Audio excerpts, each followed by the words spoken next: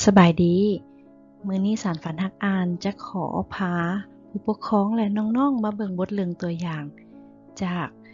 โครงการเรื่องเราจากรูปเนาะที่น้องลินดาแสงพร้าวอายุ9 ปีชั้นประถม 4จากโรงเรียนเจนิดาแขวงเสียงขวางได้ส่งมาประกอบส่วนในกิจกรรมเรื่องเราจากรูปเนาะ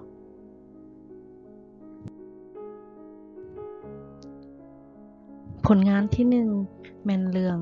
หมาและแมวตามหาสมบัติโดยนำใส่รูปที่4แต่กี้แต่ก่อนมี2เสี่ยวหมาและแมวพากันออกตามหาสมบัติเมื่อหนึ่ง2เสี่ยวก็ได้ค้นพบเกาะแห่งหนึ่งที่อยู่บ่ไกลจากเหือของพวกเขา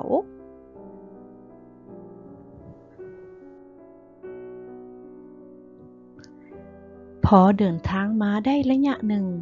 ปลาฉลามใต้ทะเลก็เห็นเหือของหมาและแมวที่กำลังเดินทางอยู่นั่นปลาฉลาม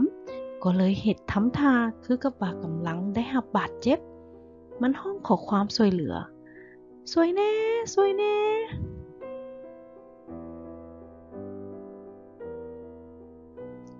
แมวเป็นผู้ใจบุญ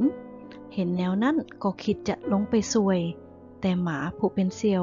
เกิดมีความสงสัยและคิดถึงความผิดปกติที่ว่าฉลามบาดเจ็บแต่ก็ยังลอยน้ำได้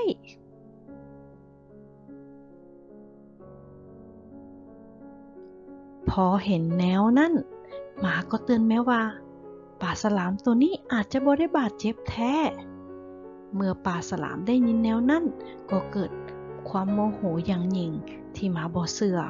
ปลาฉลามก็เลยจะเฮ็ดเหือของทั้งสองเสี่ยวให้แตกและจมลงใต้ทะเลเพื่อจะได้กินสองเสี่ยวนั้น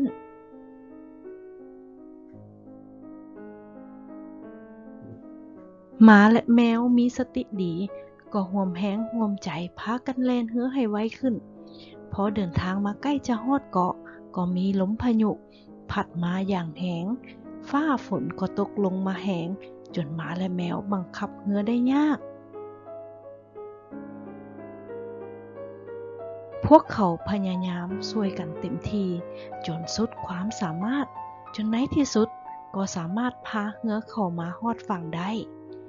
พวกเขาได้ค้นพบทรัพย์สมบัติอันมีค่ามหาศาลอยู่ถึงเกาะนี้ ด้วยความสามัคคีช่วยเหลือซึ่งกันและกันตลอดการเดินทางจึงพาให้ทั้งสองเสี่ยวได้ค้นพบสมบัติสำเร็จตามที่คาดหวังเรื่องนี้สอนให้รู้ว่าความสามัคคีกันเป็นสิ่งที่ดีและจะพาให้เราพบแต่ความสำเร็จตลอดไปจบแล้วเนาะสำหรับนิทานจากน้องลินดาโรงเรียนเจนิดาแขวงเสียงขวางเฮาสำหรับน้องๆหรือผู้ปกครองที่สนใจร่วมกิจกรรมนี่ก็สามารถที่จะประกอบบทเรื่องส่งเข้าประกวดนำพวกเขาได้เนาะโดยผู้เข้าร่วมมีอายุอยู่ระหว่าง8-15 ปีเนาะผลงานที่ส่งเข้ามาสามารถเฮ็ดเป็นผลงานเดียวหรือเป็นกลุ่มหรือว่าเด็กน้อยที่ว่าอายุยังน้อยๆอาจจะเขียนเข้ามาร่วมกับผู้ปกครองก็ได้เงื่อนไขกติกาการเข้าร่วมก็มีแต่ว่าขอให้เป็นเรื่องที่เด็กน้อยแต่งขึ้นมาเองตามจินตนาการโดยใส่รูปภาพหน้าปกที่เรากำหนดในการประกวดเนาะก็จะมี7รูปภาพทั้งหมดเนาะแต่ในนั้นแม่นนักเรียนหรือน้องๆสามารถสร้างตัวละครเพิ่มเติมได้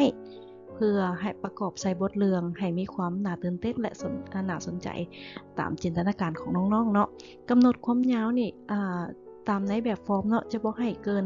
16หน้า16หน้านี่จะหมายถึงเนี่ยนิทานเนาะฉะนั้นเนื้อเรื่องจะเป็นสั้นๆคือดังที่ตัวอย่างของน้องลินดาที่เฮาพาอ่านในมื้อนี้สารฝันฮักอ่านเนาะก็หวังว่าน้องๆจะร่วมส่งผลงานเข้ามาในโครงการนี้และเพื่อที่จะมีนิทานเข้ามาพาน้องๆอ่านในนิทานม่วนชวนอ่านผลงานที่ส่งเข้ามาจะได้รับการคัดเลือกเนาะและก็ดัดแก้และเผยแพร่เพื่อส่งเสริมการอ่านผ่านรายการนิทานม่วนชวนอ่านแบบนี้และหวังว่าจะได้รับการสนับสนุนส่งบทเรื่องต่างๆจากน้องๆและบรรดาโรงเรียนที่ทางพวกเราได้ส่งบัตรเชิญเข้าร่วมเนาะสำหรับมื้อนี้ลาไปก่อนสบายดี